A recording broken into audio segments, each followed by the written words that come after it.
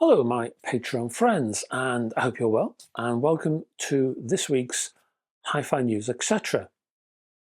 For this particular video, I've got some HiFi news you'll be surprised to hear, and I think we have 5 of those.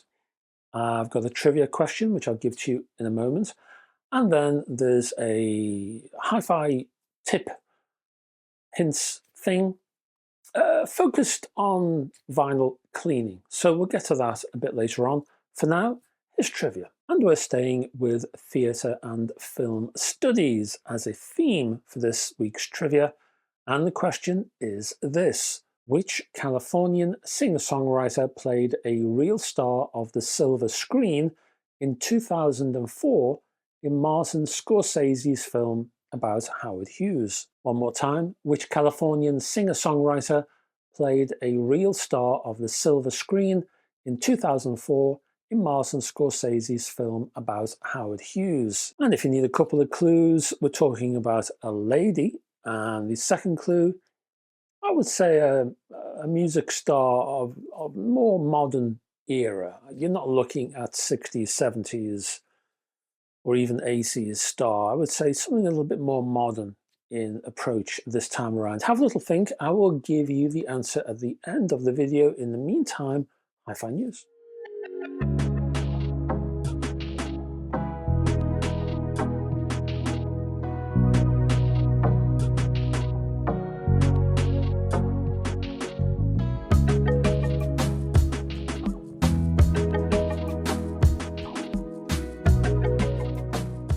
Firstly, a turntable from Luxman. It's the PD191A. And Luxman, well, it's released a rather nice looking belt-driven 3-speed turntable spanning 492mm by 128 by 399mm and weighing in at a quite substantial 26.5 kilograms. If you factor in the dust cover, which is sold separately. Specifically developed for this turntable is the fully adjustable 10-inch LTS710 tone arm, featuring knife edge bearings and a removable head shell. It's been jointly developed with the tone arm specialist outfit SAEC, and that's a company who's been designing tone arms for 40 years or so. The arm base itself is independent of the plinth, so you can fit arms from other manufacturers if you so wish. You can also buy an additional arm base if you fancy a 12-inch arm. That works with a 35mm thick high-mass platter that's been machined from a single billet of aluminium and uses a peak thrust bearing. That is pushed by a brushless DC motor offering high torque with clock speed correction. All of that sits on a plinth with an aluminium top panel and a wooden front panel. The top of the plinth holds the power, start, stop and speed selector buttons with pitch adjustment buttons just to the right of those. You also get an LED stroboscope to maintain speed accuracy. Price is £10,999.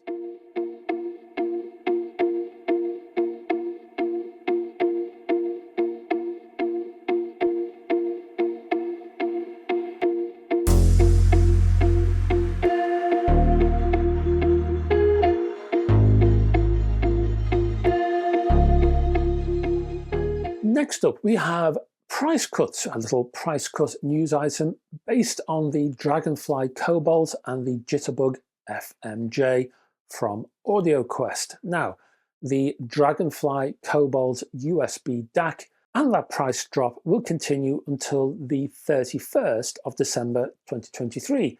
Previously, in terms of dollars anyway, the price was $349.95 and the price has now come down to $199.95 in dollars.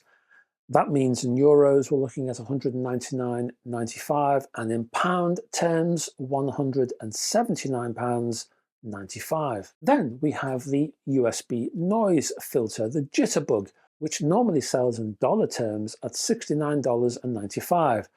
These are now available in cut price terms, not in single units, but as double packs for some reason. And those packs for two are priced at $99.95.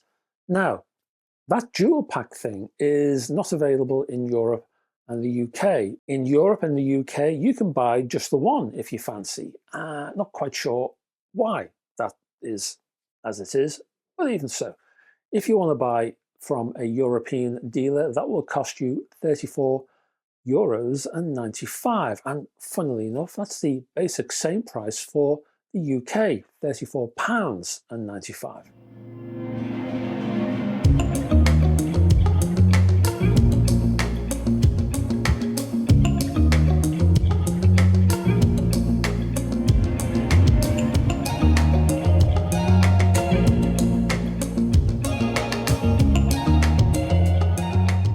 Next, we have WiiM and the WiiM amp, the first streaming amplifier from the company, as the company terms it. This is basically a Class D amplifier offering 60 watts into 8 ohms, and it features a pair of single-ended RCA ports, optical port, although there's no coax for some reason, HDMI ARC, there's a subwoofer output, and USB for music-loaded USB sticks. You also get Ethernet port and speaker binding posts. Wi-Fi is also included, as is Bluetooth 5.0.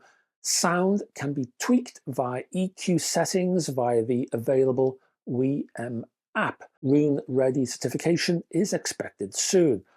Price is £299, $299 or €349. Oh, and of course, other WiiM products like the WiiM Pro and the Pro Plus can connect to this new amplifier.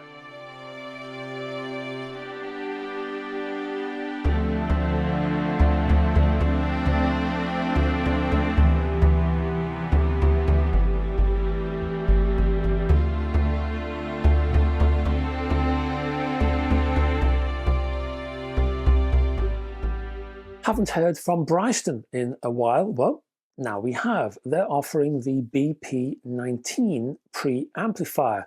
This one is handmade in Canada.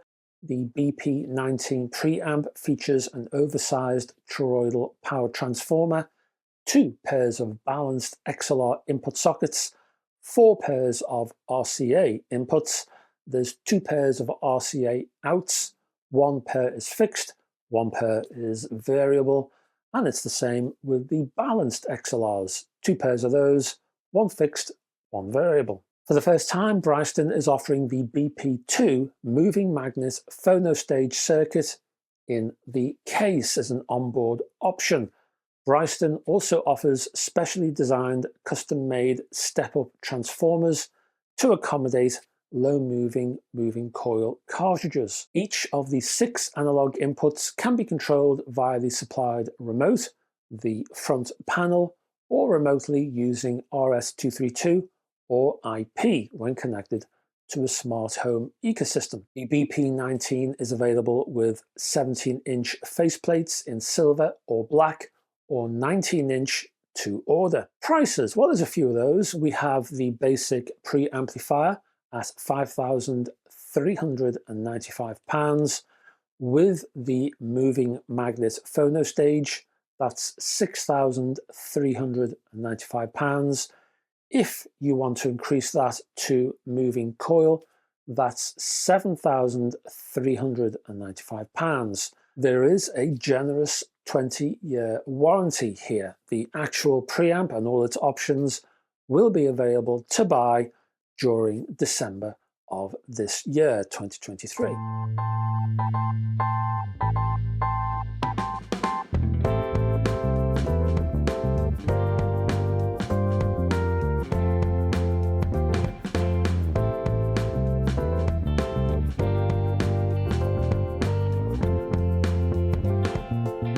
Next we have Elipson and some speakers, the Heritage XLS7s.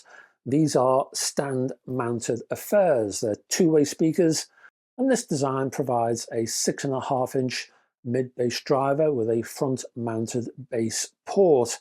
And above that, is a, well, it's not a 1-inch, it's more like 0.87 if you want to be picky about it. 0.87-inch silk dome tweeter. On the front of the cabinet, as you'll see here, you'll also find a fine tune controller, which changes the amplitude of the mid and high frequencies, which may help you to compensate for difficult rooms, you might say. Stands are expected for these speakers, although the prices for those have yet to be confirmed. What I do have is a price for the speakers, and for a pair, you're looking at £799. That's your hi-fi news. Let's go for a hint and tip.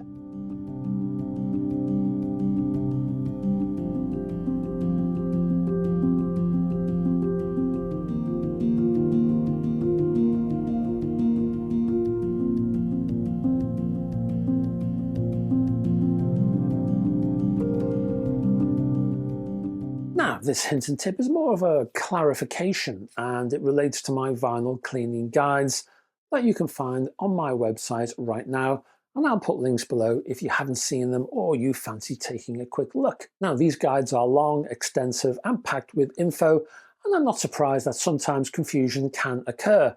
That's understandable, and I'm here to help, of course. One or two of you have said that you'd like me to talk a little bit about glycol, because there's a bit of misunderstanding going on here. So what is it?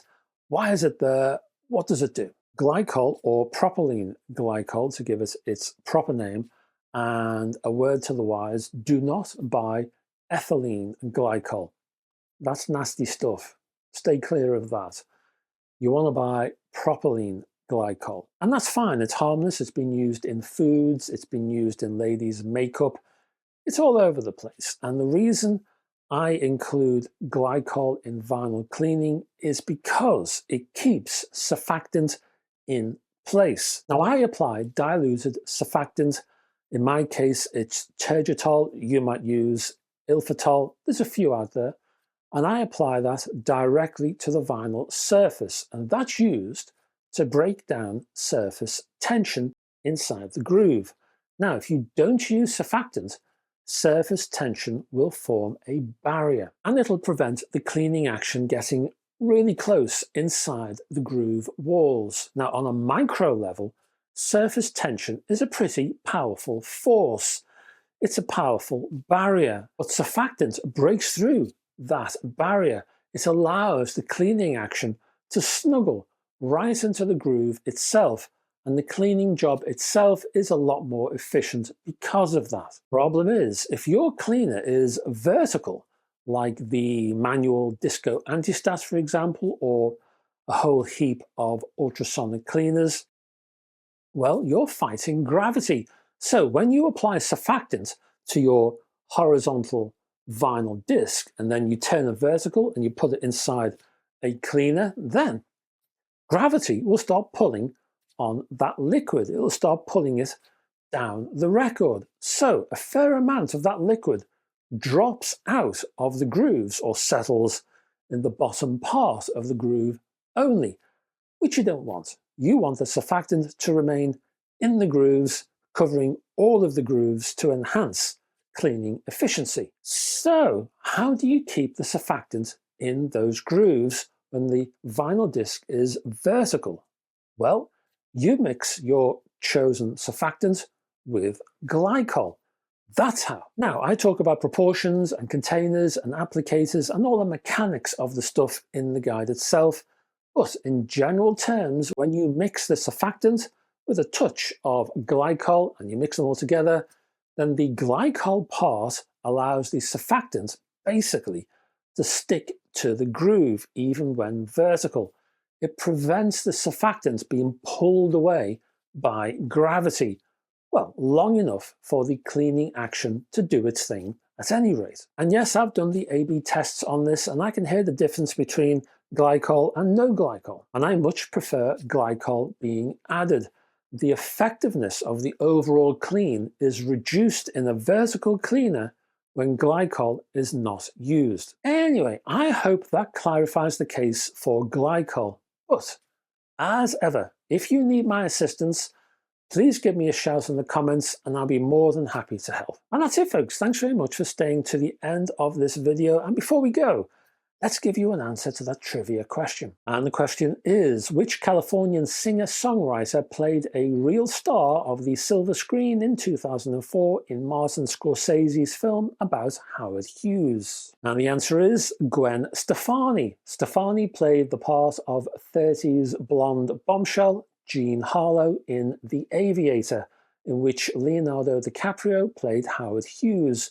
This was her first appearance in the movie, and to prepare for it, she read 2 Harlow biographies and watched all of the starlet's films. Now, this may not have been the best use of her time because she was only involved in the film for 4 days, and her main surviving contribution is her walk down the red carpet at the 1930 premiere of Hell's Angels on Hughes's arm. So now you know. Anyway, I'll be back next week with another hi-fi news, etc., and I hope you can join me then. Until then, folks, bye-bye for now.